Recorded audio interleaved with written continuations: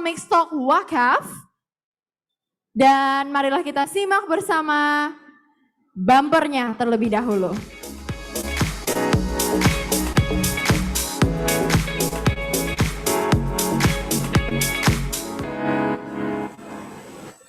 Diharapkan dengan mengikuti seminar ini, rekan-rekan dapat memahami peran dan arah filantropi Islam, khususnya wakaf saham dalam mewujudkan pasar modal syariah yang berkelanjutan.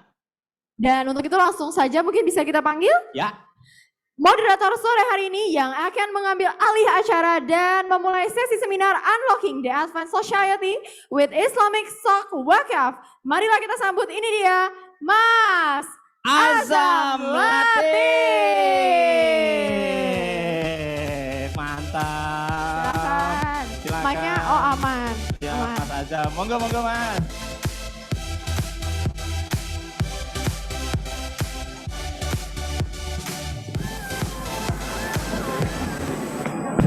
Oke, tes. Masya Allah. Sinar sekali nih ya, kayak sinar surga. Oke. Bismillahirrahmanirrahim. Uhayyikum bitahiyatin Islam. Uhannikum bitahiyatin ahli jannah. Assalamualaikum warahmatullahi ta'ala wabarakatuh. Masih kurang semangat ya, masih kurang semangat padahal ini udah sore, bukan siang lagi ya. Saya ulangi ya, harus lebih semangat lagi. Assalamualaikum warahmatullahi ta'ala wabarakatuh.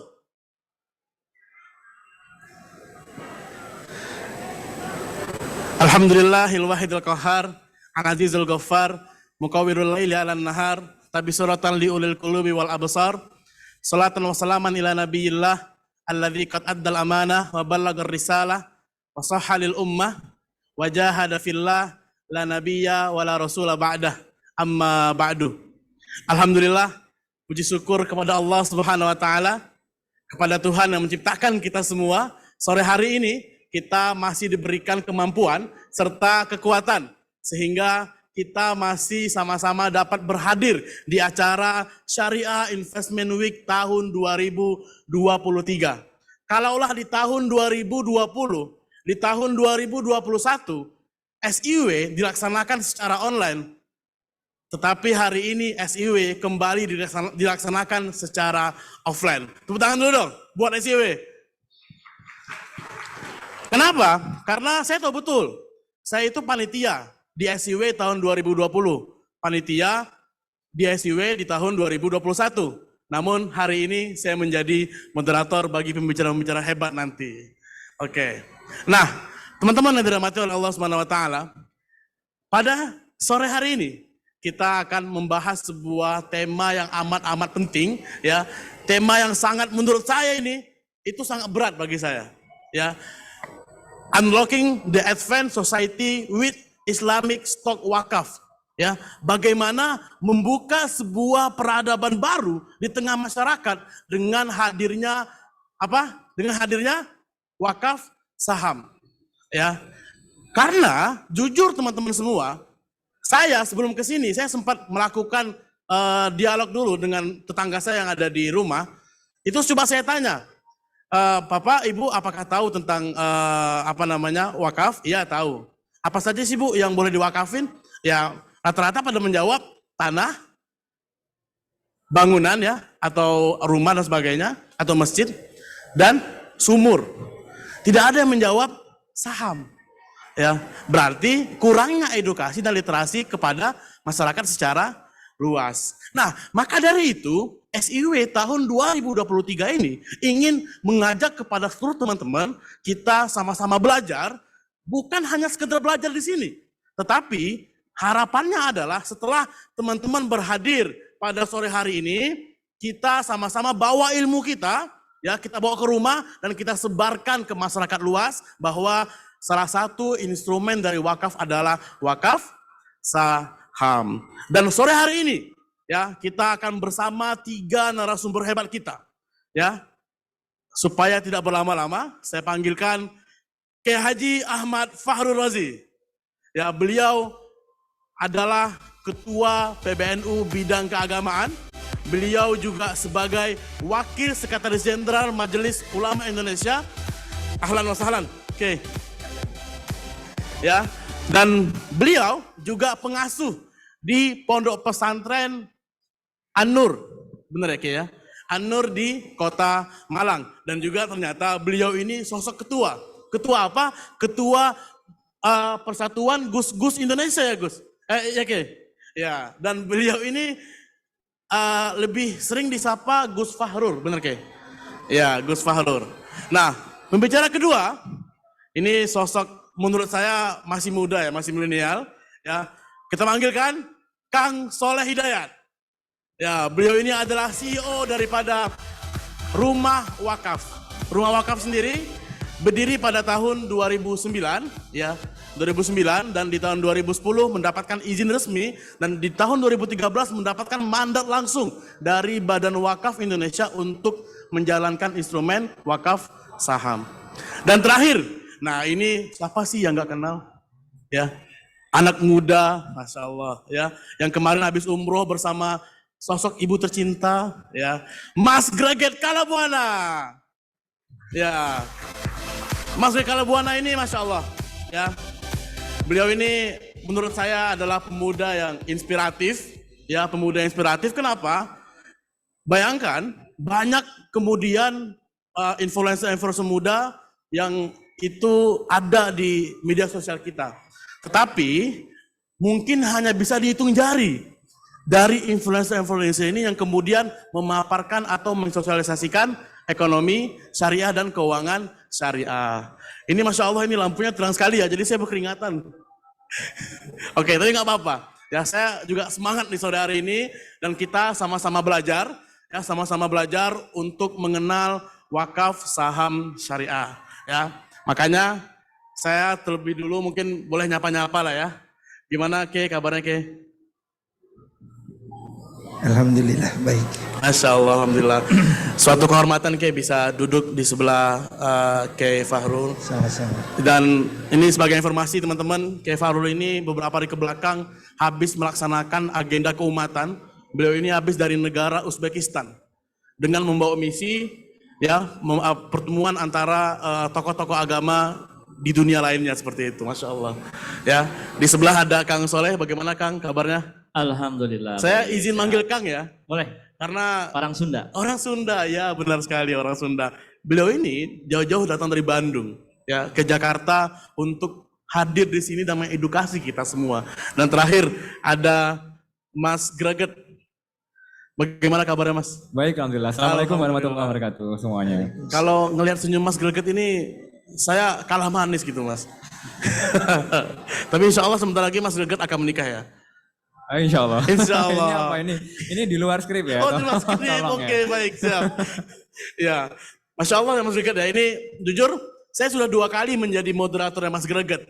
Tapi itu acaranya online. Dan hari ini acaranya offline. Alhamdulillah. Oke, nah supaya tidak berlama-lama, saya juga haus nih akan ilmu nih dari ketiga narasumber kita.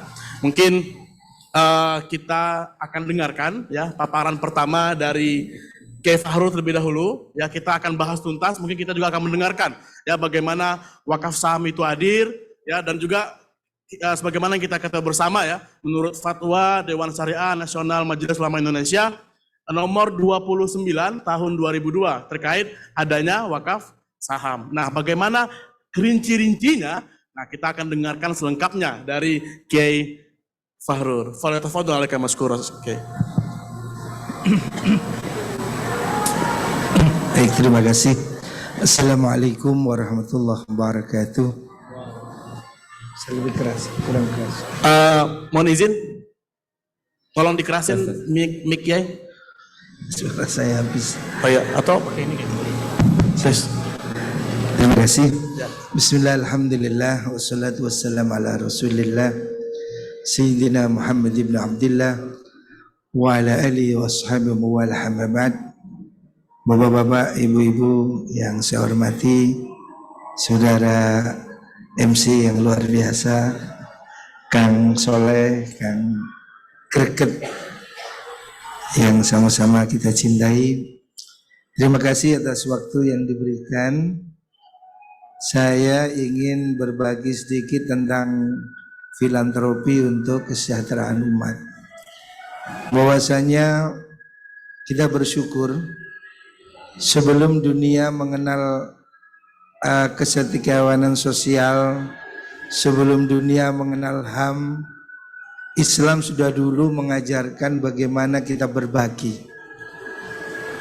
Pertama sekali Islam itu mengajarkan bagaimana kita berbagi dengan orang lain, di mana kita mengenal ajaran infak, zakat, sedekah dan wakaf. Ini adalah ajaran yang paling penting dan dibawa sebagai misi Rasulullah SAW agar kita jadi orang yang peduli pada sesama dan membangun solidaritas. Peran filantropi ini sangat penting untuk pemberdayaan umat Islam, untuk meminimalisir ketimpangan sosial, mengentas kemiskinan, menekan angka pengangguran, yang ini menjadi sumber keresahan, sehingga dengan begitu terwujud masyarakat yang tentram, damai, makmur dan sejahtera. Bapak Ibu yang saya hormati, kalau kita membaca Al-Quran, banyak sekali, tidak terhitung ya, saya tidak sempat menghitung ayat-ayat yang mengenai tentang filantropi, tentang zakat, tentang sedekah, tentang infak ya. Banyak sekali disebut dalam Al-Quran ayat-ayat yang menjelaskan tentang kewajiban kita untuk berbuat baik ya, dan janji-janji Allah untuk orang yang menginfakkan hartanya di jalan Allah. Mungkin salah satunya itu surah At-Taubah, innamas shadaqatu lil fuqara wal masakin wal amilin 'alaiha wal mu'allafati qulubuhum wa fir riqab wal gharimin wa fi sabilillah wa sabil faridatan minallah wallahu alimun hakim.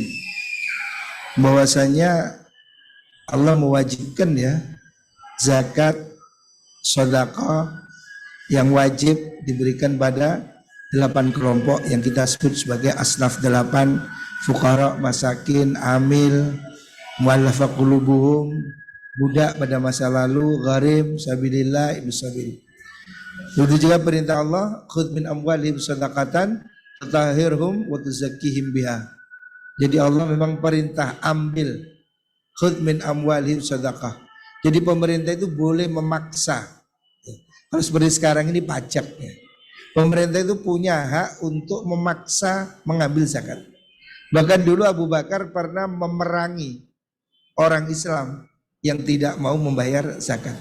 Jadi memang perintah diambil, khudh min amwalihim shadaqah. Ambil. Jadi pemerintah itu dalam konteks fikih ya, syariah, boleh memaksa orang untuk bayar zakat, itu boleh. Dan itu dulu dilakukan oleh Abu Bakar ketika Abu Bakar memerangi sekelompok orang yang tidak mau bayar zakat. Itu muslim, jadi perangi karena apa? Mereka menolak bayar zakat. Ini perintah. Khudh min amwalihim shadaqatan tutahhirhum wa tuzakkihim biha wa sholli alaihim. Ayat yang lain saya kira banyak sekali ya. Kemudian mathalul ladzina yunfiquna amwalahum fi sabilillah kamathali habbatin ambatat sab'a sanabila fi kulli sumbulatin mi'atu habbah wallahu yudha'ifu liman yasha wallahu wasi'un 'alim. Perumpamaan orang yang menginfakkan di jalan Allah seperti orang yang menanam sebutir biji kamathali habbatin ambatat sab'a sanabil, menumbuhkan 7 tangkai, fi kulli sumbulatin mi'atu habbah, dari setiap tangkai tumbuh 100 biji lagi. Artinya Allah menjamin orang sedekah itu pasti tambah baik, tambah kaya. Nggak ada ceritanya orang itu bersedekah, infak, jadi miskin, nggak ada. Bahkan dalam hadis yang lain Rasulullah SAW mengatakan mana qasamalu abdin bisadaqah. Salah satu uqsimu alihin. Ada 3 hal yang aku bersumpah. Yang pertama itu mana qasamalu abdin bisadaqah. Orang tidak mungkin hartanya berkurang karena sedekah. Artinya kalau kita kepingin kaya, jangan ragu-ragu, jangan takut. Kamu bersedekah pasti kaya. Gitu. Itu dijamin dan Nabi bersumpah. Saya bersumpah, mana qasamalu abdin bisadaqah. orang tidak akan miskin karena sedekah. Ya.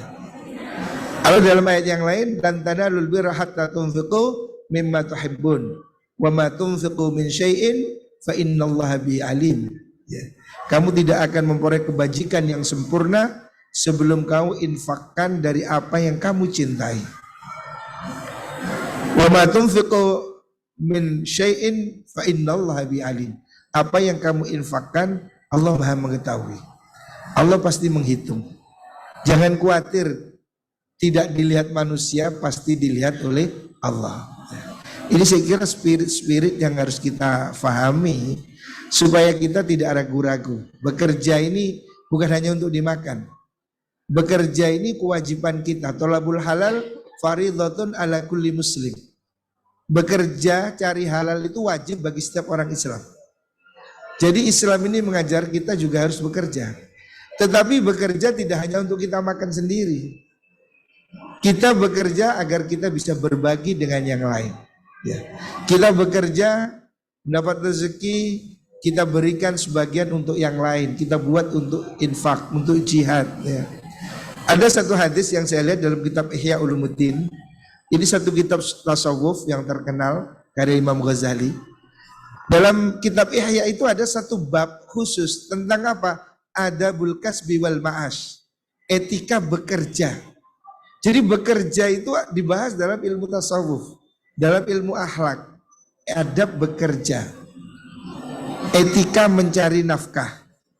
Di situ disebut, Imam Ghazali menyebut sebuah hadis, suatu saat Rasulullah SAW sedang berkumpul dengan sahabat, ada anak muda pergi membawa parang, membawa tali, mau pergi ke hutan cari kayu. Ada sahabat nyeletuk, eman sekali, sayang sekali dia masih muda, tenaganya tidak dibuat jihad fisabilillah. Kenapa dia tidak pergi perang? Kenapa dia pergi cari kayu di hutan? Nabi mengatakan jangan demikian. Anak itu pergi ke hutan cari kayu bakar, bekerja. Apabila dia berniat untuk menafkahi keluarganya, mencari harta halal supaya tidak minta-minta, supaya tidak mencuri, supaya dia bisa berbagi, fahuwal mujahid fisabilillah. Dia itu sebetulnya sedang berjihad fisabilillah. Jadi jihad itu tidak hanya perang. Jihad itu tidak harus bawa senjata pergi ke medan perang. Tapi jihad itu, bekerja itu jihad. Yang datang di sini saya kira ini para mujahid-mujahid semua. Calon orang-orang kaya, amin. Karena apa? Dia ini sudah punya niat ingin wakaf. Anda datang ke sini mungkin kan tertarik mau wakaf. Nah, berarti Anda punya keinginan untuk berbagi. Anda insya Allah saya doakan jadi orang kaya. Amin Allahumma. Amin. Anda sedang berjihad, Anda bekerja itu berjihad. Dalam hadis lain disebutkan siapa orang bekerja untuk mencukupi keluarganya, untuk tidak minta-minta, untuk berbagi pada saudaranya, maka Allah akan bangkitkan dia di hari kiamat seperti bulan purnama. Allah akan muliakan dia. Jadi yang namanya ibadah itu bukan hanya sholat. Ibadah itu bukan hanya puasa. Kita ini di Indonesia ini bulan puasa rame bener. Sambutan meriah. Hari raya rame. Haji antri 40 tahun. Ya kan? Tapi sedekah tidak banyak. Potensi zakat kita itu masih sangat besar ya. Saya melihat satu rilis Kementerian Agama, Profesor Kamarudin Amin bilang potensi zakat infak wakaf Indonesia itu 370 triliun. Bukan miliar tapi triliun. Terus kalau menurut Ketua Baznas si Pak Nur Rahmat ya, Pak Nur Rahmat kolega saya di MUI, itu potensi zakat kita itu 500 triliun satu tahun. Tetapi pencapaiannya tahun 2002 masih 22 triliun. Artinya belum 10% dari target. Padahal orang kita ini haji antrinya 40 tahun. Artinya peminat haji itu luar biasa. Orang yang memakmurkan masjid ramai, puasa ramai, ibadah kita ini alhamdulillah mayoritas Indonesia ini muslim yang baik. Saya sudah pergi lebih 30 negara di dunia. Terakhir minggu kemarin saya pulang dari Uzbekistan. Dulu suatu negara ilmu, Bukhara itu negara ilmu, Samarkand, Tashkent. Hari ini setelah dikuasai komunis, Islam betul-betul habis. Tinggal sedikit yang kemudian bangkit. Bagaimana masyarakat beragama itu jauh lebih baik di Indonesia. Dengan Saudi sekalipun. Saya punya banyak teman di Saudi. Orang yang taat sholat masih banyak di Indonesia. Kita ini orangnya lebih taat. Dan lebih dermawan. Ya. Saya punya banyak teman bekerja di Saudi. Gak banyak loh orang yang dermawan betul selain bulan Ramadan. Kalau Ramadan mereka mendadak dermawan. Kalau gak Ramadan, TKW itu sampai nangis gak digaji. Dicir gajinya banyak sekali. Ya. Saya pernah di London, itu ada satu klub pengajian, itu semua TKW. Saya kaget di Wimbledon, saya bilang loh ini orang Indonesia ada satu rumah bisa bahasa Arab semua. Saya tanya, kamu kenapa sampai di Inggris? Bu kita ini TKW semua Ustadz. Kalau dibawa juragan ke London kabur. Pada kabur semua kerja di Inggris. Karena gaji lebih bagus, lebih manusiawi. Bayangkan, saya malu. Dia cerita sama saya juragannya itu Yahudi lah, non muslim, tapi manusiawi. Kerjanya lebih bagus, gajinya lebih bagus. Sementara di Saudi itu ekstrim. Yang baiknya Abu Bakar, yang jahatnya Abu Jahal. Jadi yang baik-baik banget, yang jeleknya naudzubillah gitu ya. Jeleknya luar biasa gitu. Apa yang ingin saya katakan bahwa potensinya di Indonesia masih sangat besar. Bahwa kita semua tahu fadilahnya sedekah, apalagi wakaf ya. Apalagi wakaf. Ini hadisnya terkenal sekali. Rasulullah SAW mengatakan, "Idza mata ibnu Adam inqata anhu illa min thalathah. Inqata anhu amalu illa min thalathatin. Sedaqatin jariyatin aw ilmin yuntafa'u bihi aw waladun shalihin yad'ulah." Ketika manusia itu mati, maka terputuslah amal ibadahnya. Maksudnya terputus, dia nggak bisa lagi beribadah. Kalau didoain ya nyampe, buktinya kita sholat jenazah kok. Dia putus amalnya, dia nggak bisa sholat lagi, dia tidak bisa sedekah lagi. Kecuali ada 3 yang pahalanya akan terus menerus ya. Yang pertama sedekah jariyah. Sedekah jariyah itu sedekah yang abadi. Ulama memaknai ya wakaf ini. Sedekah jariyah itu sedekah yang pahalanya terus mengalir. Ya. Sayyidina Umar punya tanah di Khaybar. Itu tanah yang paling bagus. Kemudian dia bilang pada Nabi, "Nabi, saya punya tanah yang paling bagus." Allah mengatakan kamu tidak dapat kesempurnaan lantanal birra hatta tunfiqu mimma tuhibbun. Saya ingin berikan tanahku ini yang paling kucintai untuk Allah. Nabi bilang, tahanlah pokoknya, berikan hasilnya. Ini yang dalil pertama wakaf. Artinya wakaf itu pokoknya tidak hilang. Pokoknya tetap. Makanya dulu orang wakaf itu berupa madrasah, masjid, makam, ya, M3. Yang paling umum dulu itu madrasah, masjid, makam. Ini pada masa lalu memang seperti itu yang ada. Tetapi hari ini dunia modern kita sudah mengenal ada bisnis saham. Ini 200 tahun lalu nggak ada. Zaman Rasulullah belum ada saham, ya kan? Ini adanya kira-kira mungkin 100 tahun atau 50 tahun terakhir. Dan ini ternyata bisnis ini lebih menjanjikan. Kalau dulu orang tanah 1 hektar, 2 hektar masih nunggu 1 tahun. Tanah 1 hektar saya petani di Malang. Tebu itu 1 hektar mungkin untungnya 25 juta.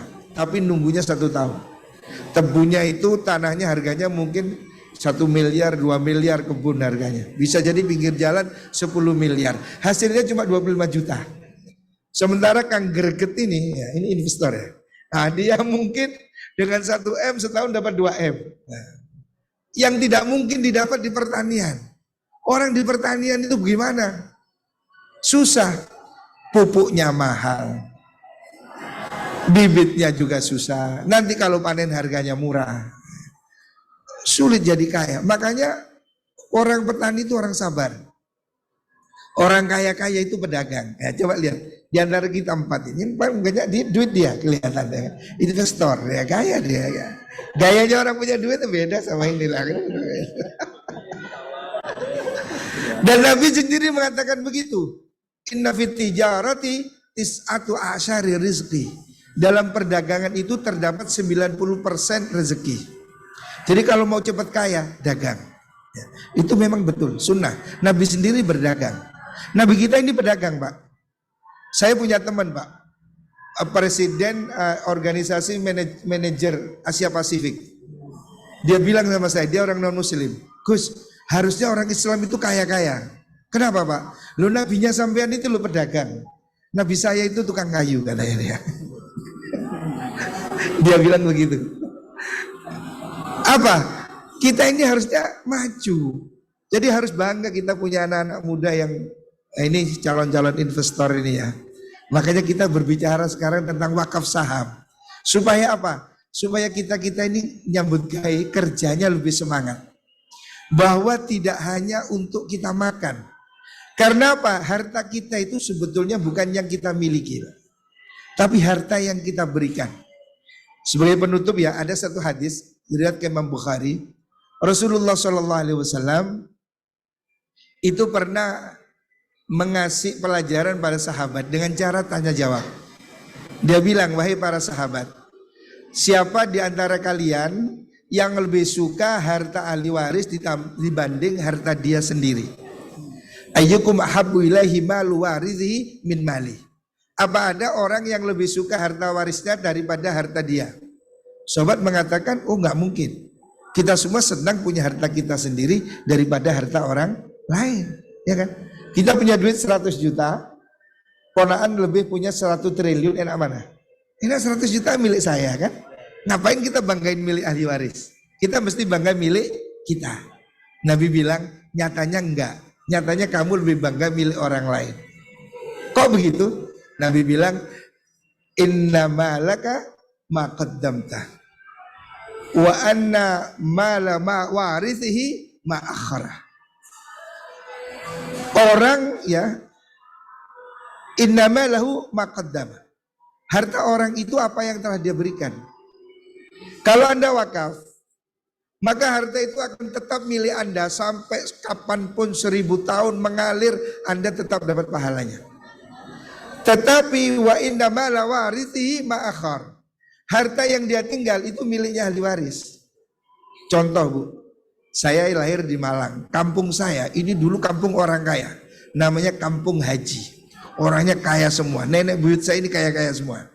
Jadi kaya 7 turunan. Saya sudah ke-7 jadi habis. Ini dulu orang kaya-kaya Pak. Hari ini sudah habis. Rumah buyut saya namanya Haji Murtado. Itu orang paling kaya dulu. Hari ini udah dijual. Jadi dia kasih sama anak, anak kasih cucu, cucunya nggak punya anak kasih ponakan, ponakan yang nggak punya anak diambil ponakan yang lain, hari ini dijual. Itu saya kasih contoh. Rumah nenek buyut saya yang dulu paling kaya, hari ini udah dimiliki orang. Saking sayangnya saya pada rumah itu, saya panggil teman saya. Mas, rumah itu beli. Kenapa Gus? Itu dulu rumah buyut saya. Saya mau beli gak ada penting kan, saya sudah tinggal di daerah lain. Tapi sayang kalau dimiliki orang. Kamu beli, dibeli teman saya. Artinya dulu orang kaya pada masa itu yang rumahnya paling megah, hari ini sudah dijual Pak. Gitu. Makanya kata Nabi, harta yang kamu tinggal itu milik orang lain. Tapi harta yang telah kamu berikan itu milikmu. Ya. Makanya kalau kita ingin harta kita abadi, siapa bilang harta tidak dibawa mati? Harta kita bawa mati Pak. Harta yang kita sedekahkan, harta yang kita wakafkan, kita bawa mati Pak. Saya kemarin dari Uzbekistan lihat satu madrasah yang dibangun oleh Mirza Ulugh Beg. Hari ini masih berdiri. Kita lihat Al-Azhar. Daulah Fatimiyah dulu membangun Al-Azhar. Kita lihat di Maroko ada Jamiah Madrasah Qurawiyin. Abad ke-8 mereka dulu bangun universitas tertua di dunia. Hari ini masih ada. Ya. Abadi. Di Mekah kita lihat ada Hotel Utsman bin Affan di Medina. Itu konon wakafnya Sidina Utsman.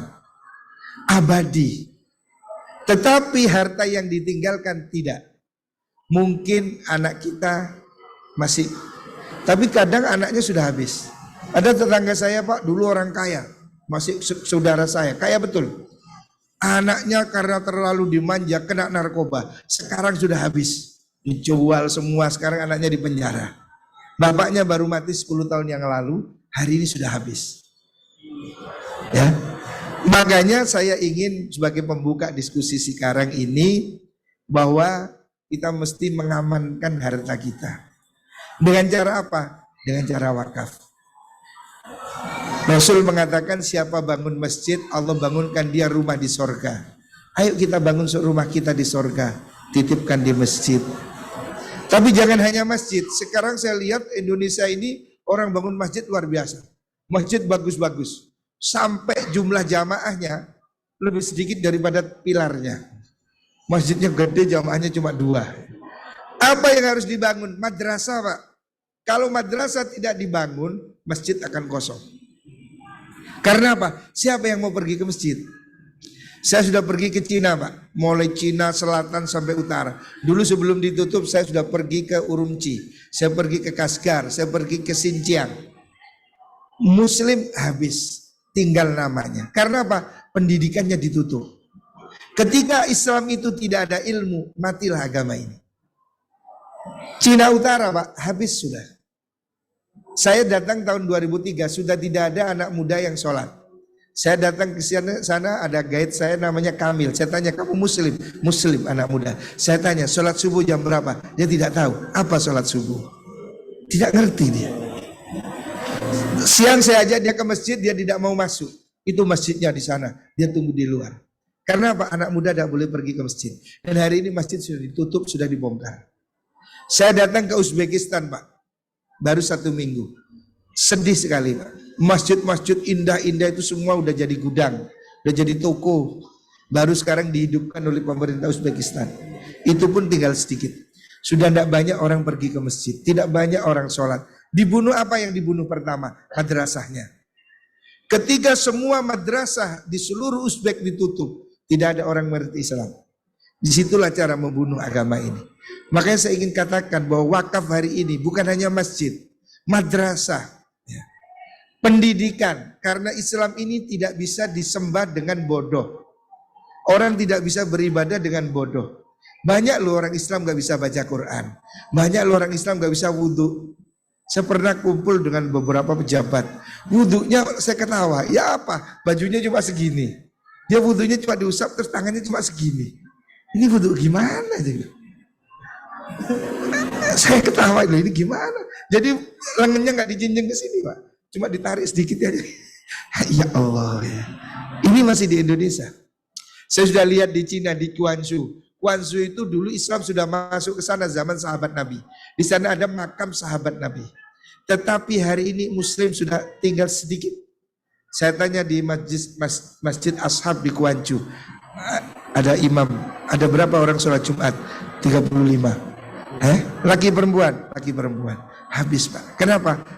Agama sudah, ilmu tidak ada.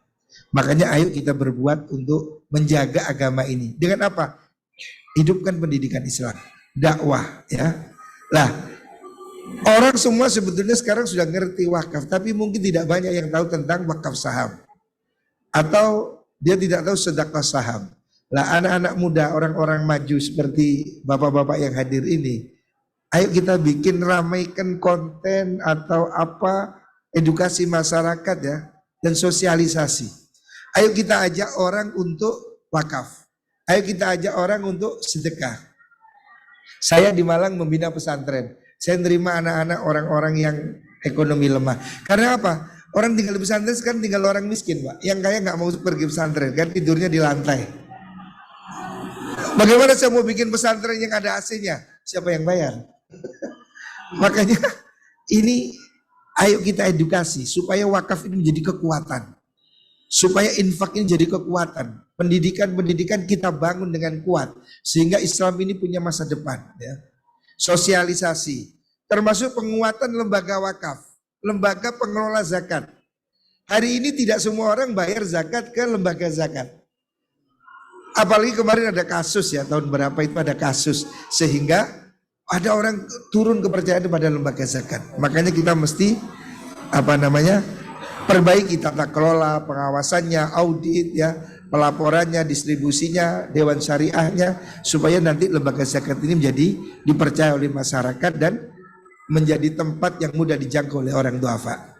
Demikian dari saya, terima kasih. Assalamualaikum warahmatullahi wabarakatuh.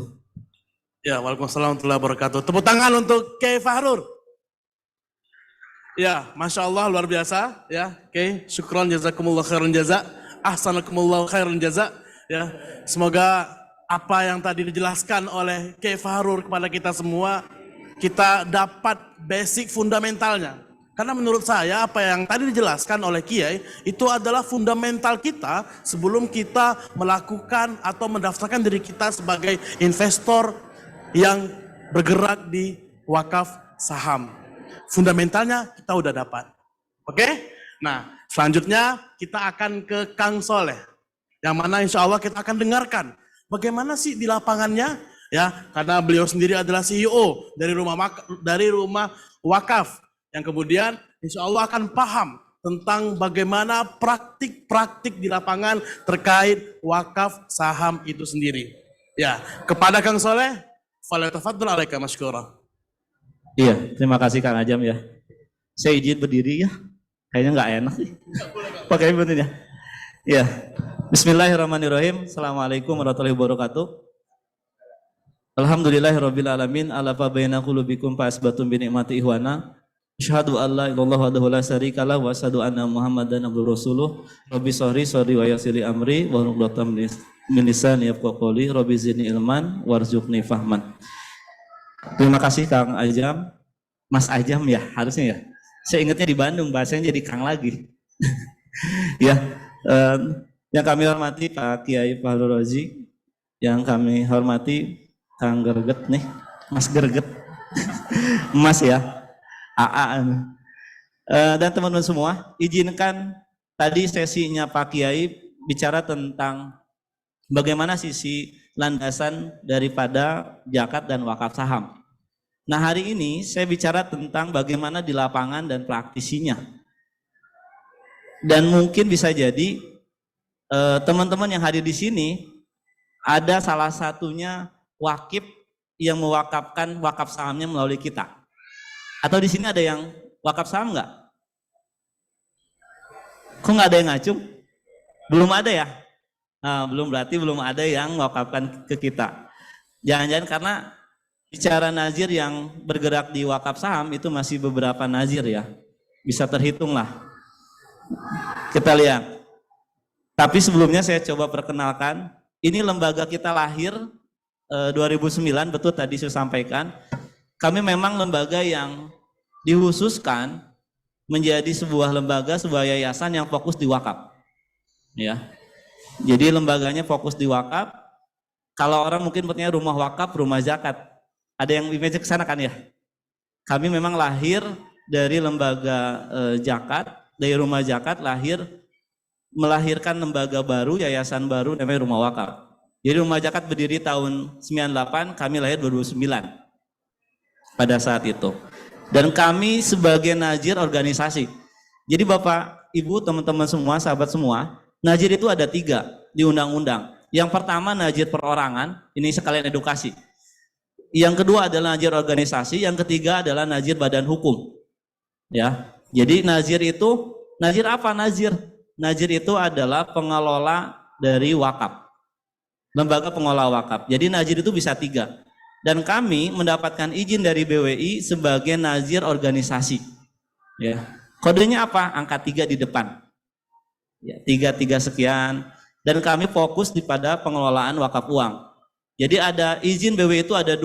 Ada yang dikeluarkannya wakaf uang, pengelola wakaf uang, ada yang memang pengelola wakaf aset. Itu beda sertifikat yang dikeluarkan, izin dari BWI-nya berbeda. Ini bagian dari edukasi. Perjalanan kami 14 tahun, ini yang menjadi menantang bagi saya ketika masuk ngelola di lembaga wakaf, menantang sekali karena ada 3 hal kenapa pertumbuhan wakaf tidak bagus. Yang pertama adalah literasi, yang kedua adalah profesionalisme nazir. Ya, ini satu hal yang menjadi tantangan bagi kita. Dan kami jawab di rumah wakaf, kami jawab dengan action kita. Bagaimana kita memperbaiki sebuah sistem kita Ya, akuntabilitas kita dengan kami tahun 2014 sudah mulai kami audit. Ya, 2014 kami audit dan alhamdulillah saat itu sampai sekarang perjalanan audit kami adalah WTP, wajib tanpa pengecualian. Ya, auditnya langsung KAP. Dan pada saat itu diketawakan, pengelolaan wakafnya masih kecil, kenapa udah diaudit? Ingat aja, kami belum besar, tetapi pada saat itu kami di kantor, di manajemen mengatakan bahwa justru kecil inilah kita akan bangun sebuah trust dengan akuntabilitas. Sehingga kami mencoba ke KAP dan kami audit di KAP. Ya, dan sampai saat ini dengan di KAP sendiri munculnya satu reporting keuangan yang rapi bagi kami lembaga. Ya, dan kami punya standar lembaga dan hari ini standar akuntansi wakaf sudah keluar, PSAK 112. Ya, itu sudah keluar dan kami lembaga yang saat ini mencoba by sistem sedang kita garap sistem wakaf. Jadi kami akan nanti bikin sistem di sistem digital. Jadi input, output dan proses laporan keuangan sudah jadi dalam bentuk sebuah sistem.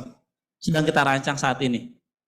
Ya. Dan kemarin 2022 sampai saat ini kami ingin mengaudit KAP tapi yang bisa memahami PSAK yang baru. Sampai sekarang kita belum ketemu KAP-nya. Jadi 2022 belum kita audit ya karena belum nemu KAP yang memahami tentang akuntansi wakaf. Sampai sekarang.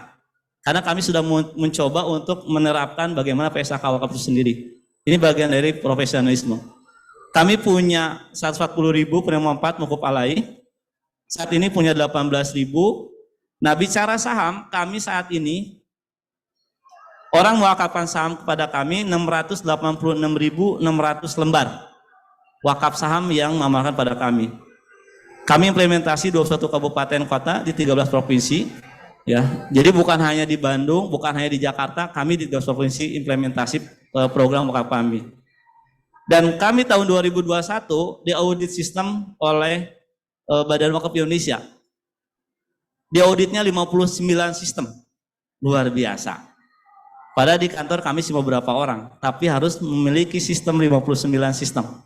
Tapi alhamdulillah pada saat itu kita kejar, November diaudit, keluar hasilnya, alhamdulillah hasilnya adalah baik. Tapi masih menantang bagi kami, tahun ini kami punya target harus menjadi sangat baik. Ya. Ini audit apresiasi Kemenak inkubasi wakaf produktif tahun 2021. Jadi kami mendapatkan apresiasi sebagai lembaga pendamping proyek dari Kemenak program wakaf produktif. Kami punya 520 mitra implementasi, jadi kami sifatnya kolaborasi. Seorang nazir memang tidak bisa dikerjakan sendiri, tapi kami mengkolaborasikan dengan orang yang paham.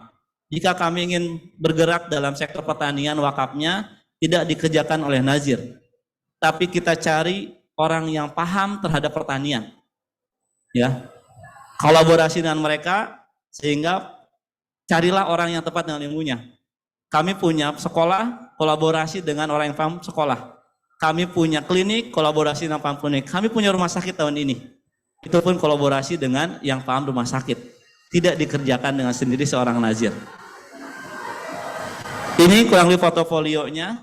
Sudah banyak hal, insya Allah. Ini foto wakaf produktif. Kami fokus di alat kesehatan rumah sakit. Dengan polanya adalah wakaf produktif keluar di rumah sakit, alat kesehatan, polanya ada murabahah. Jadi murabahah itu daripada dia pinjam ke perbankan, kita belikan alatnya, mereka bayar ke kita dengan tambahan dari nilai harga alat kesehatan. Berbagai rumah sakit sudah kita tangani. Jadi beli 3 miliar alat kesehatan, kami jual 3,5 miliar. Beli 3 miliar, kami jual 4 miliar. Tapi itu dikelola dari uang wakaf produktif. Yang kami kelola dari wakaf uang. Kami punya wakaf produktif peternakan di beberapa titik dan hari ini peternakan kami itu dijualan kurban. Jadi kurban yang melalui amanat kita asli dari wakaf produktif peternakan yang kita kelola. Dan kami dipercaya sama Bank Indonesia ngelola satu titik sentra ternak Bank Indonesia. Dari karya Indonesia dikumpulkan wakafnya, kami kelola wakaf produktif di peternakan di daerah Garut. Satu peternakan itu di Bank Indonesia. Kami punya lumbung pangan, 30 lumbung pangan. Ini fokus di pertanian, lumbung pangan. Kami punya minimarket 2 di Garut. Kurang lebih per 3 bulan 200 juta dapat net marginnya. Dan itu saldo untuk mukuf alai. Dan ini wakaf minimarket ini memang orang wakafannya dalam bentuk sudah jadi minimarket. Ya. Jadi alhamdulillah kami punya wakaf, orang wakafan dalam bentuk minimarket ini sudah jadi. Dia sudah bisa kelola, lanjutkan. Kita punya sekolah di Pekanbaru, kita punya klinik di Semarang, kita punya wakaf pertanian kelapa aromatik di Pandeglang 14 hektar. Ya. Mudah-mudahan memberikan dampak. Dan saat ini kami tahun ini sedang pembangunan wakaf produk rumah sakit di Cianjur, kolaborasi dengan Nahdlatul Ulama Jawa Barat. Itu dari wakaf produktif. Di Cianjur sedang pembangunan, saat ini lagi mulai. Yang mohon doanya mudah-mudahan bisa cepat, bisa selesai. Targetkan tahun depan 2004 bisa selesai. Dan itu semua ketika bergerak, rumah sakit itu semuanya adalah untuk mauquf alai. Ini dampak wakaf yang kita kelola. 140.547 penerima manfaat. Dari mana itu? Dari hasil mauquf alai dari wakaf produk yang kami kelola. 140.000. Ini kapan Pak? Ini data tahun 2022. Jadi wakaf ini bukan buat siapapun. Tapi wakaf ini buat siapa? Penerima manfaat.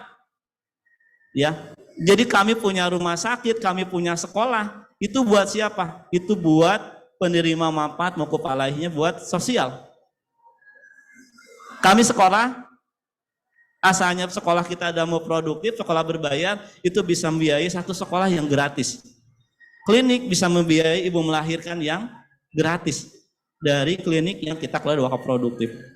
Ini hasilnya tahun 2022, 140.000 penerima manfaat yang telah kami berikan manfaatnya dari wakaf produktif. Dan tahun 2020, kami mencoba peluncuran wakaf saham. Dan ini luar biasa banyak cerita ketika bicara wakaf saham. Karena bicara wakaf saham kami harus kolaborasi dengan sekuritas atau absot. Dan saat itu saya keliling-keliling tuh, saya ngalamin sendiri saat itu. Keliling-keliling ke sini ya, nyari absot yang mau kolaborasi dengan kita. Nggak nemu tuh 1 tahun. Tapi di akhir tahun 2019 alhamdulillah ketemu dengan salah satu, walaupun itu saat itu dia belum merancang, masih sederhana lah saat itu. Ketemulah, karena saya targetkan, maksimal saya bilang di awal Januari 2020 harus punya wakaf saham kita luncurkan. 1 bulan tuh udah lewat, terus nyari. Alhamdulillah, tanggal 21 Januari kami dapat sekuritas, ya kolaborasi dengan MNC Sekuritas, kita luncurkan wakaf saham di tahun 2020. Dan hasilnya terus berkembang dan bertumbuh. Jadi tahun 2020 itu hanya 69.500 lembar saham. Ini PR besar bagi kita bagaimana mengedukasi. Ya, bicara wakaf uang saja masih harus literasi, edukasi kepada donatur kita. Ini nggak udah ngomongin saham, masih PR juga. Apalagi kalau bicara wakaf produktif tadi, orang kenapa uang saya jadi bisnis? Waduh, capek deh ya. Ini udah langsung kita lonjak ke saham. Tapi alhamdulillah dengan edukasi kita terus bergerak dan kolaborasi dengan sekuritasnya, bersama-sama bergerak, memberikan literasi, dan alhamdulillah lihat setiap tahun tumbuh. Dan tahun 2022 itu tumbuh besar sekali. Dari 69, 2021 langsung ke 299.800, tahun 2022 hampir 686. Pertumbuhannya luar biasa. Kenaikan lembar saham yang diamanakan. Walaupun bagus enggak ya di belakang layar nanti. Ya, bagus enggaknya ya gitu dah. Teman-teman yang di belakang yang yang ngelola lembar sahamnya, yang ngelola. Jaka saham kami sudah juga kelola, ya. Kalau di MNC pakainya motion trade ya. Jadi jaka saham kami sudah kelola juga dari 57 juta. Tahun 2022 terjadi penurunan tentang zakat saham. Mudah-mudahan tahun ini bisa naik lagi, orang memakan zakat sahamnya. Ini bicara wakaf saham, tadi Pak Kiai bicara tentang ayat Quran, saya bicara tentang landasannya Undang-Undang 41 2004 tentang wakaf.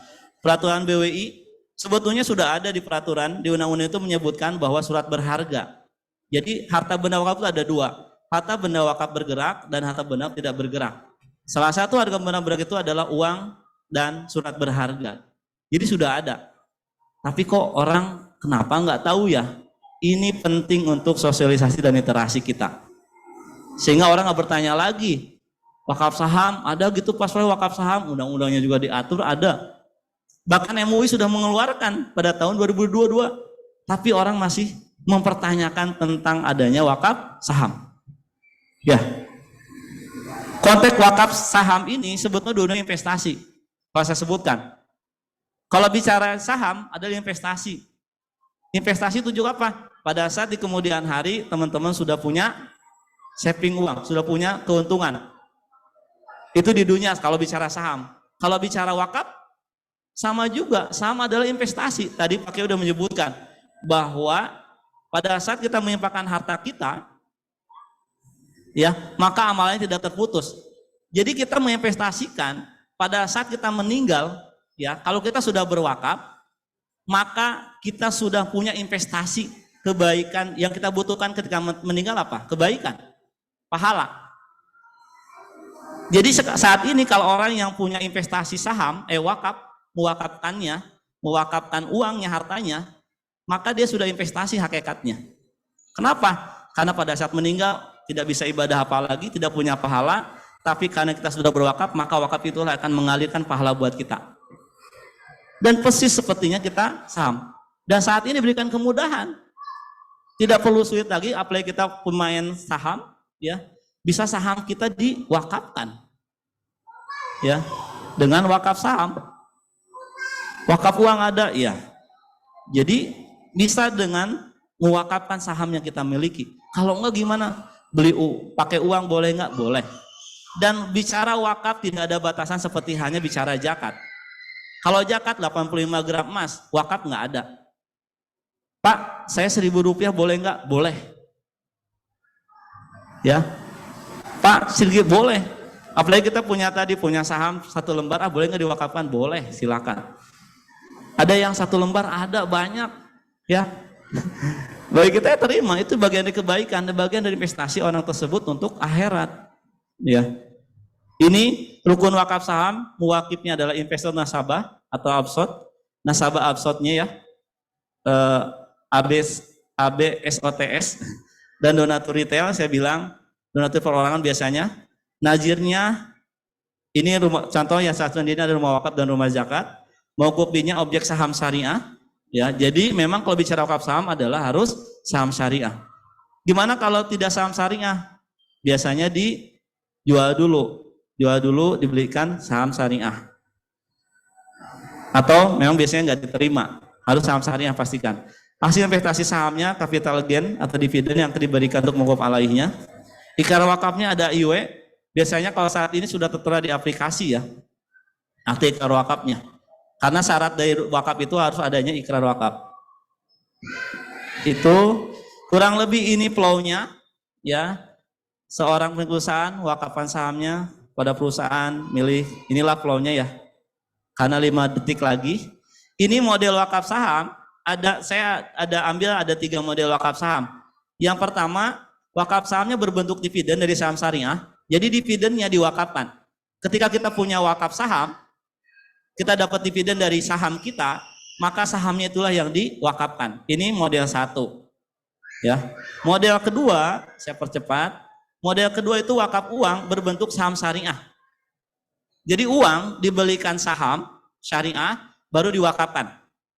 Jadi kita mau uang dulu membeli saham, dan sahamnya itulah baru yang diwakafkan. Jadi wakaf uang dulu. Ada nggak? Ada. Kami ada yang menitipkan ke kita, ke kantor, dia memberikan uangnya, tapi akarnya buat wakaf sahamnya Pak Soleh. Akhirnya tim kita lah yang menghandle daripada wakaf saham inilah yang mencarikan, membeli saham mana yang bisa untuk kita belikan, masukkan ke nilai sahamnya, lembar sahamnya. Ada di kantor. Ini wakaf uang bentuk saham syariah model 3.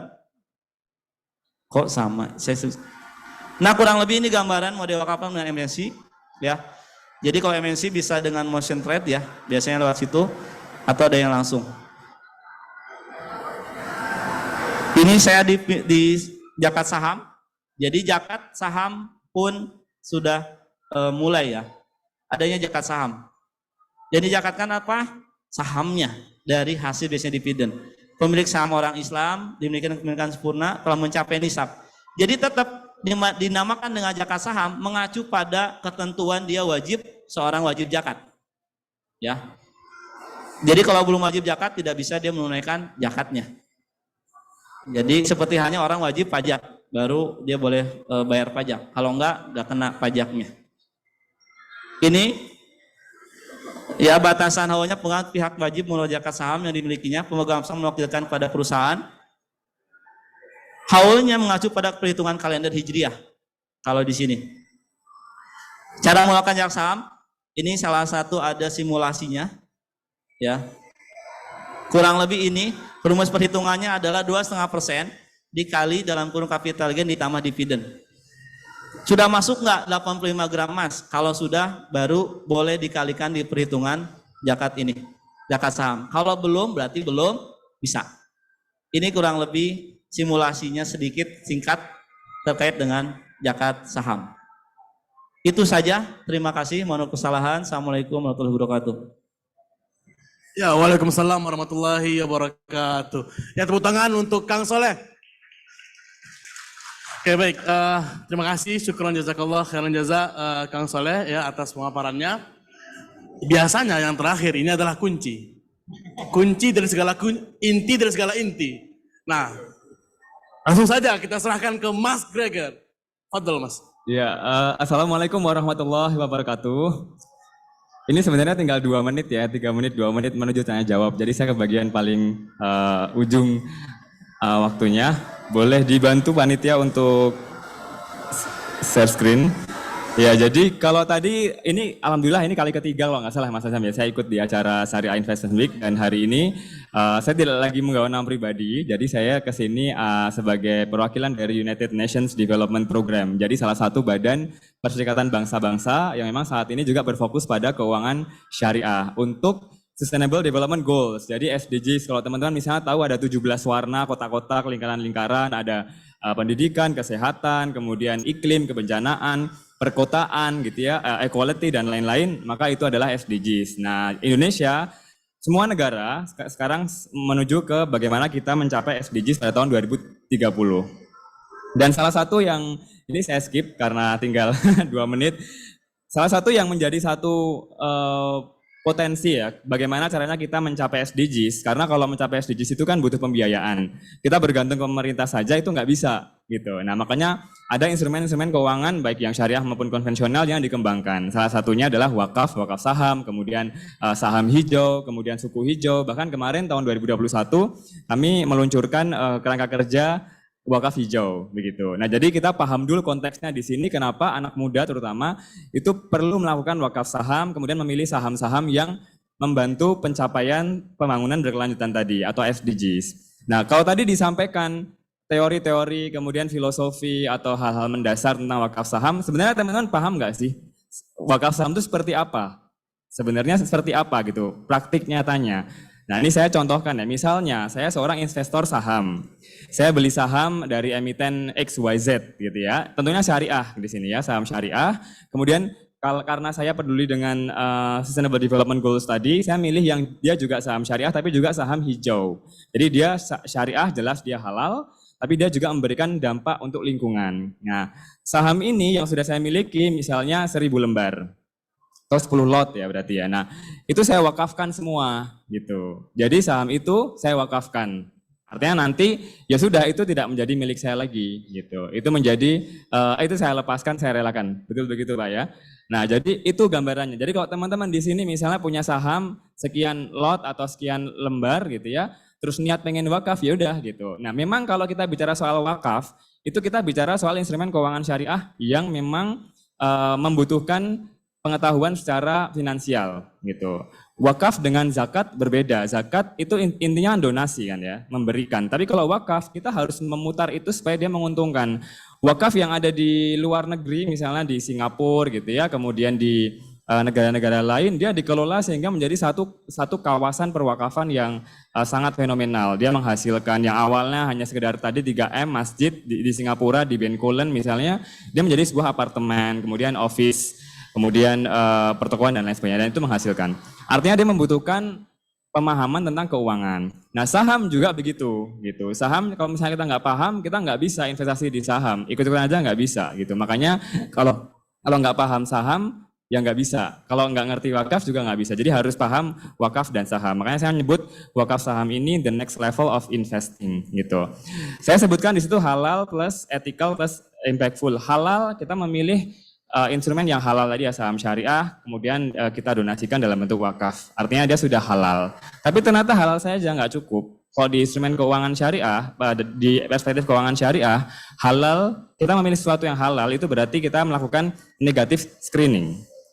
Kita menyisihkan mana yang haram dan kita memilih yang halal. Jadi negatif screening, di screening yang negatif. Pokoknya kita milih yang halal semua. Berarti tadi yang indeks syariah saham yang mau diwakafkan. Itu satu. Itu artinya kita masih dalam tahapan halal negatif screening tadi gitu ya. Jadi disampaikan di awal bahwa dibawa mati gitu. Itu betul. Artinya kalau kita seorang muslim, maka investing behavior kita itu juga seorang muslim. Oh, saya menargetkan ada return, tapi saya juga menargetkan ada reward di akhirat gitu. Nah, itu negative screening.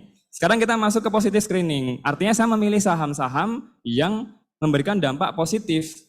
Ada saham syariah, tapi ya biasa aja. Dia nggak memberikan dampak positif. Nah, saham yang memberikan dampak positif itu adalah saham-saham yang dia indeksnya indeks hijau gitu. Nah, saya pernah menyampaikan ke IDX Islamic gitu ya. Waktu itu karena UNDP dengan IDX Islamic ada beberapa kolaborasi. Ada tidak satu indeks yang bisa menggabungkan hijau dan syariah. Sehingga kalau saya seorang muslim dan saya peduli dengan lingkungan, maka saya tinggal milih itu gitu. Indeks gabungan syariah dan green. Tapi selama ini yang ada ya syariah aja, green aja. Sehingga kalau saya mau mewakafkan, ya saya hanya bisa mewakafkan yang indeks syariah atau yang green saja gitu. Artinya kalau kita mau mencari irisannya itu harus secara manual. Nah, ini gambarnya. Jadi sekarang yang belum ada itu adalah irisan antara green dan syariah gitu. Itu belum ada. Kalau misalnya ini ada, maka ini akan saya biasanya membahasakannya compound interest tapi yang syariah. Karena apa? Saya punya saham, kemudian nanti ada potensi capital gain, potensi dividen, saya wakafkan, berarti dia akan bermanfaat, plus emiten dari perusahaan yang mengeluarkan, yang punya saham ini, dia bergerak di bidang-bidang yang memberikan manfaat untuk lingkungan, kesehatan, gitu ya, kemudian juga memberikan dampak-dampak sosial, gitu. Nah, sedikit tambahan, kenapa kita harus mengarahkan ke wakaf gitu ya, kemudian ke saham gitu. Kalau teman-teman lihat di atas itu ada satu kurva, itu adalah kurva pembagian investasi gitu gampangannya ya. Yang di sebelah kanan atas, pojok kanan atas itu adalah investasi yang memberikan dampak secara finansial dan dampak secara lingkungan dan sosial, dia tidak merusak gitu.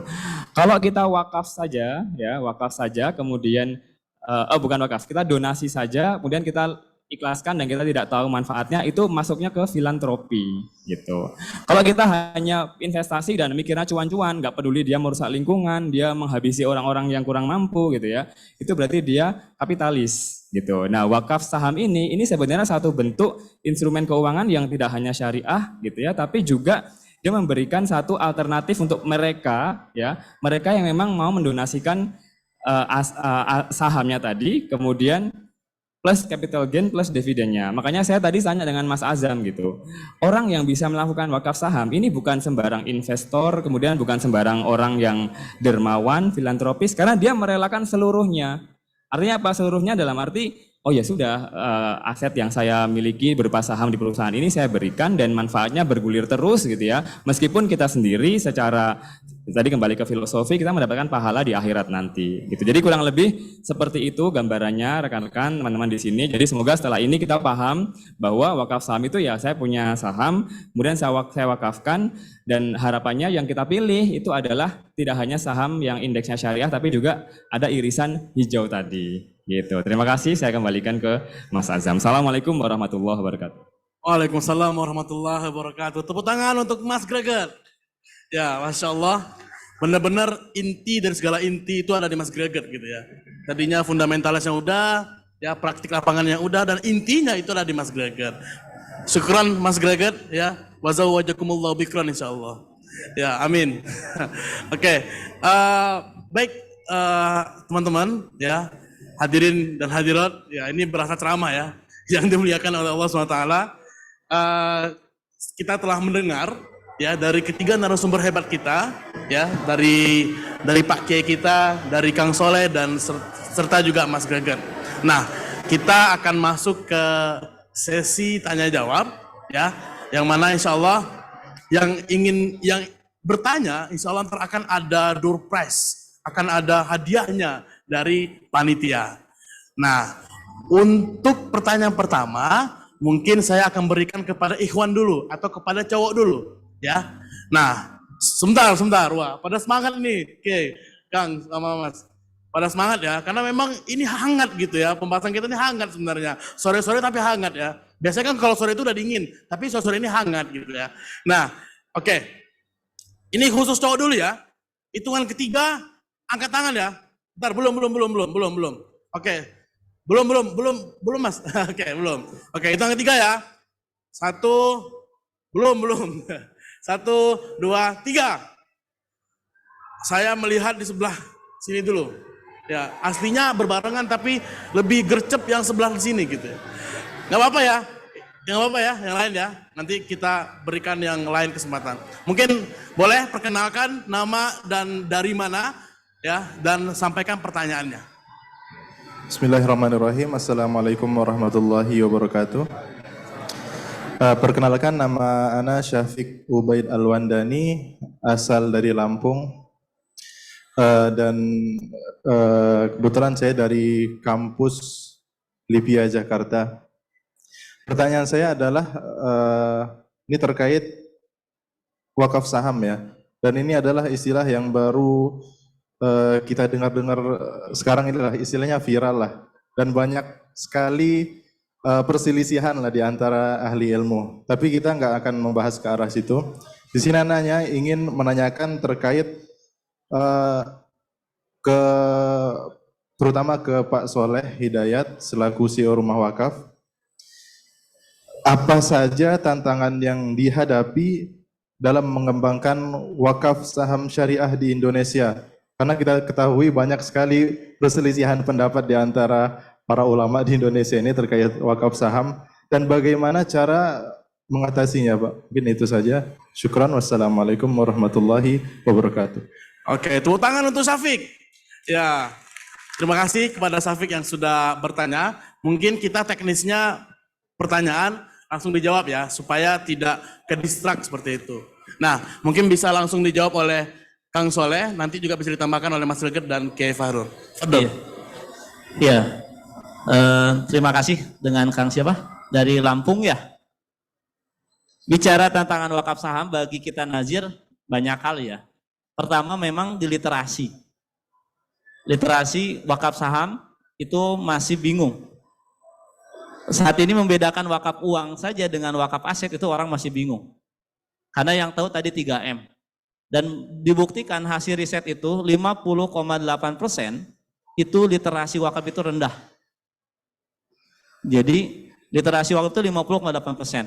Nah, tantangan bagi kita adalah memang bagi nazir saat ini bagaimana memberikan literasi terhadap masyarakat tentang wakaf. Itu yang kita lakukan. Jadi kami dari sejak 14 itu bikin kalau di kita namanya gelombang wakaf. Jadi gelombang wakaf itu literasi.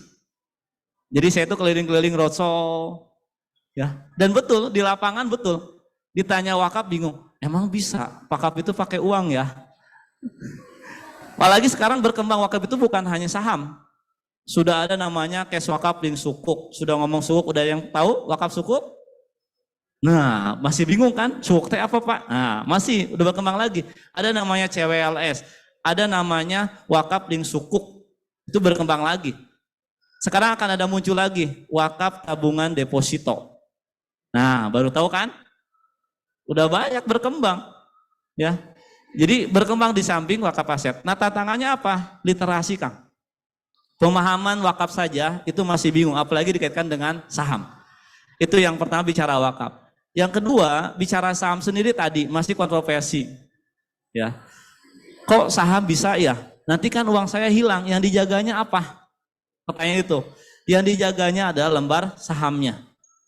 Dan bagi kita Nazir, betul, bagi Nazir ini sendiri, kalau bicara wakaf saham, maka kami mempersiapkan orang yang paham ngomongin saham. Jadi di kantor itu, ada yang nongkrongin tiap hari, Kang. Jadi di rumah wakaf itu ada orang yang dia fokus aja ngopenin tentang wakaf saham, tentang saham.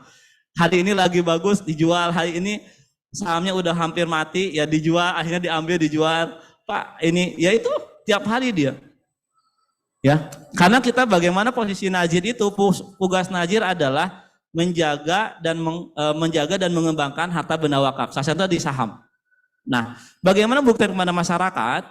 Masyarakat itu lihat dari dampak, Pak. Jadi masyarakat itu melihat dampak dari wakaf itu seperti apa sih? Makanya kami di samping literasi, kami membuktikan pada masyarakat bahwa nih dampak dari wakaf ini loh. Ya. Secara dunia, secara membantu sustainability dari membantu orang yang tidak mampu, dengan wakaf itu menjadi satu solusi. Bicara pendidikan, kalau bicara pendidikan sekolah gratis dari dana zakat, kami pernah mengalami di lembaga, itu berat sekali. Tetapi kalau bicara wakaf, karena wakafnya sudah, produktifnya sudah berjalan, maka dari hasil itu bisa membiayai yang gratis itu aman-aman saja. Bicara tadi rumah sakit dari wakaf itu aman. Karena hasil dari keuntungan tadi, kalau seorang pengusaha, dia investasi di pengusaha, maka untungnya buat pengusaha. Tapi kalau sumber uangnya dari wakaf, maka keuntungan itulah untuk program sosial bagi masyarakat. Nah, dampak value itulah yang kita sampaikan. Bahwa ketika Bapak Ibu menunaikan wakaf saham, maka hasil saham dividennya ini adalah untuk membantu contoh anak yatim, beasiswa anak yatim selama 1 tahun. Untuk membantu tadi madrasah yang sudah roboh, kita bangunkan, inilah hasil dari madrasahnya, dari wakaf saham yang Anda keluarkan dividennya. Jadi value-value wakaf sendirilah yang kita tampilkan kepada para wakif kita. Jadi ternyata oh beginilah. Dan yang buktikan, benar gitu jariah dapat pahala, pahalanya dari apa sih? Kan belum bisa kita bicara pahala. Kita buktikan bahwa nih dampaknya. Pahalanya apa? Ya tadi dampak uang ini ternyata jadi ini. Dan ini pahala yang akan didapatkan mengalir bagi para muwakif. Itu Kang. Tantangannya memang banyak bicara wakaf. Ya, apalagi wakaf ini identik dengan sifatnya perseorangan, kepercayaan perorangan. Jadi contoh zaman dulu itu, contoh saya ke Gereget, saya percaya ke Gereget, udah aja wakaf saya ke Gereget nih jadi nazir ya. Wakaf saya kasih aja Kang Gereget. Padahal bisa jadi Kang Gereget itu udah diurus, administrasinya nggak diurus, segala macam nggak diurus, tapi orang percaya aja. Dan itu lebih banyak orang seperti itu. Dibandingkan dengan organisasi, dengan lembaga, nah ini organisasi yang memang dia maupun ganti orangnya, kayak saya sekarang di rumah wakaf, tahun depan saya nggak di rumah wakaf lagi, tetap aja dokumen perjalanannya, tetap ada nama wakifnya tercantum di lembaga itu. Tapi kalau perorangan, Penggereget meninggal, maksudnya ajirnya meninggal, perorangannya, hartanya, sertifikatnya masih atas nama dia dipegang, meninggal jadi apa? Warisan. Nyangkanya adalah harta warisan bagi orang tuanya sebagai nazirnya, padahal itu adalah harta wakaf. Sering terjadi, banyak fenomena yang ada. Ini tantangan juga. Pas di sana. Ya, kurang lebih kayak gitu. Silakan. Ya, terima kasih kepada Kang Soleh yang sudah menjawab. Sebenarnya saya ingin sekali juga mendengar dari Mas Geget dan Kiai Fa'rur, tapi waktunya ini sempit sekali. Kalau istilah bahasa Arab itu doyik gitu ya, sempit gitu. Oke, kita mohon izin ya Kiai, mohon izin Mas Geget, kita lanjut ke pertanyaan kedua. Nah, sebelum kita ke teman-teman yang ada di sini, ini ada pertanyaan online ya, karena ada teman-teman kita yang menyaksikan dari online juga ya, secara virtual juga. Nah, di sini ada pertanyaan untuk Mas Greget Kalabuana dari Mas Hengki Kurniawan. Pertanyaannya adalah, sebagai generasi muda yang peduli akan lingkungan dan pengelolaan sosial umat, menurut Mas Greget ke depannya, apakah anak Indonesia akan lebih aware mengenai investasi yang berbasis lingkungan dan sosial, dan bukan hanya memikirkan keuntungan sosial. Apakah ada data yang menunjukkan kalau anak muda lebih peduli akan perkembangan investasi ke arah sana atau bagaimana, Mas Greget? Nah, mungkin bisa langsung dijawab nih oleh Mas Greget. Ya, terima kasih banyak. Jadi sebelum saya menjawab, saya ingin menunjukkan satu konsep dulu ya. Tadi sebenarnya di presentasi ada gitu, namanya impact investing. Impact investing itu investasi yang pertama, dia sesuai dengan nilai-nilai keagamaan kita gitu ya. Kemudian yang kedua, dia memberikan dampak sosial dan lingkungan. Selain yang ketiga, dampak bukan apa, financial return, imbal hasil secara finansial. Kemudian yang keempat adalah dia resiko terkendali. Yang namanya investasi ada resikonya tapi terkendali. Yang kelima, dia punya target imbal hasil yang kompetitif gitu. Namanya juga investasi gitu ya. Nah, ada macamnya, ada banyak. Ada suku, ada reksadana, ada saham, ada deposito dan lain-lain gitu ya. Pertanyaannya tadi kan, apakah ada data yang menunjukkan bahwa anak muda peduli terhadap investasi yang seperti itu gitu? Ada gitu. Tadi di presentasi saya juga ada data bahwa menurut penelitian dari Morgan Stanley, kalau tidak salah, milenial itu cenderung sekarang kalau berinvestasi melihat aspek itu. Jadi environment, social, dan governance. Jadi lingkungan, sosial, dan tata kelola yang baik gitu. Nah di Indonesia juga ada, misalnya kemarin ada Green Suku. Gitu ya, investasi Green Suku retail. Yang beli siapa? Setengahnya yang beli adalah investor milenial gitu. Kita belum bicara yang generasi Z ya. Artinya kalau ditambah-tambah lagi bisa jadi mereka memang menjadi investor terbesar dari aspek jumlah. Meskipun uangnya anak milenial ya, anak generasi Z dibandingkan bapak ibu mereka yang generasi X gitu. Generasi yang sebelum-sebelumnya old money nggak seberapa gitu. Tapi intinya adalah di antara kita semua paham gitu. Kan sekarang kalau misalnya nih sekarang ini alhamdulillah nggak ada botol plastik gitu ya, nggak ada kemasan plastik gitu. Cuman kurang satu sih, karena semua laki-laki, jadi perempuan tidak terwakili sebenarnya dalam sesi yang ini gitu. Cuman kembali ke yang impact tadi, teman-teman kan sekarang gitu kan, pilih naik kendaraan umum dibandingkan naik mobil sendiri gitu kan. Kemudian nggak mau pakai plastik, terus kemudian juga pakaiannya lebih sustainable, nggak yang sekali beli foto terus langsung dimasukin lemari nggak dipakai lagi, kan nggak kayak gitu. Artinya perilakunya sebenarnya mengarah ke sana. Jadi perilaku keuangan kita dalam berinvestasi juga ternyata alhamdulillahnya itu juga ke arah sana. Datanya juga sudah ada tadi ya, gitu. Terima kasih.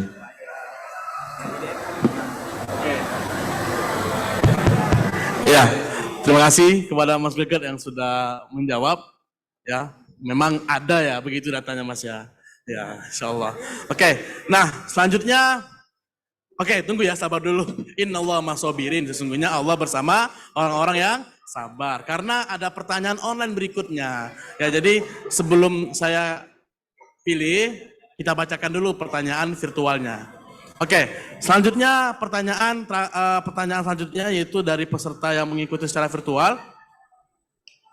Ini untuk Pak Kiai ya, Kiai Haji Ahmad Fahru Razi atau biasa dipanggil Gus Fahrur. Ini dari Lutfi ya. Kalau nama saya Latif, ini yang bertanya Lutfi Pak Kiai.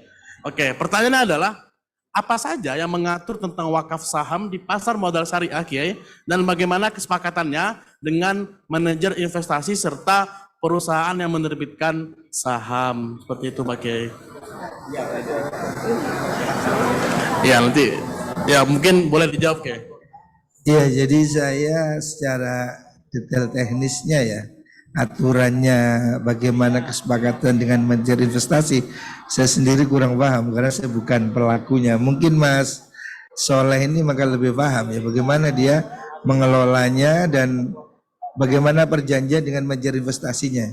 Saya hanya mengerti bagaimana hukumnya wakaf, bagaimana anjuran untuk melakukan wakaf, tapi detailnya akadnya dengan manajer investasi, apakah saham tadi dijual atau tidak. Tadi kan saya sempat lihat dari Pak Soleh, ada yang memang sahamnya itu tidak dijual, hanya diambil dividennya.